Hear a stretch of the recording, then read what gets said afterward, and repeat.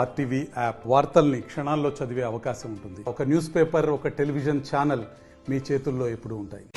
గత తెలంగాణ ప్రభుత్వం టీఆర్ఎస్ ప్రభుత్వం వద్ద బ్రిడ్జిపై మహారాష్ట్రకు వెలుట కొరకు తెలంగాణ ప్రాంతమైన మన ఇది సిర్పూర్ నియోజకవర్గంలో మన మారుమూల ప్రాంతం ఇట్లా వరద నది వెళ్తుంది.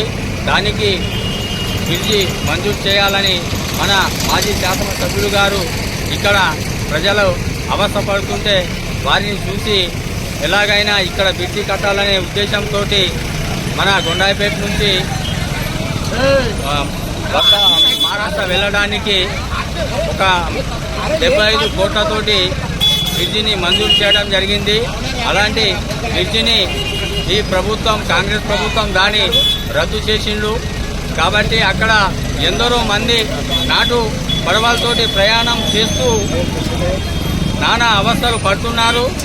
గత కొన్ని సంవత్సరాల నుంచి ఒక 20 నుంచి 30 మంది దాకా నాటు పడవల్లో ప్రయాణం చేస్తూ చనిపోవడం జరిగింది.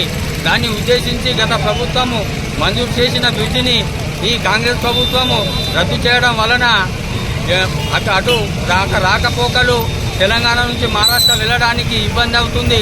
కాబట్టి ఈ కాంగ్రెస్ ప్రభుత్వము మన ఏదైతే ముఖ్యమంత్రి వారు ఉన్నారో దాన్ని వెంటనే ప్రారంభించి బ్రిడ్జిని కట్టాలని మేము బీఆర్ఎస్ పార్టీ తరఫున మరిన్ని వీడియోస్ కోసం ఛానల్ ని సబ్స్క్రైబ్ చేయండి. లేటెస్ట్ అప్డేట్స్ కోసం వాట్సాప్ ఛానల్ ని ఫాలో చేయండి అండ్ లింక్ డిస్క్రిప్షన్ లో ఉంది.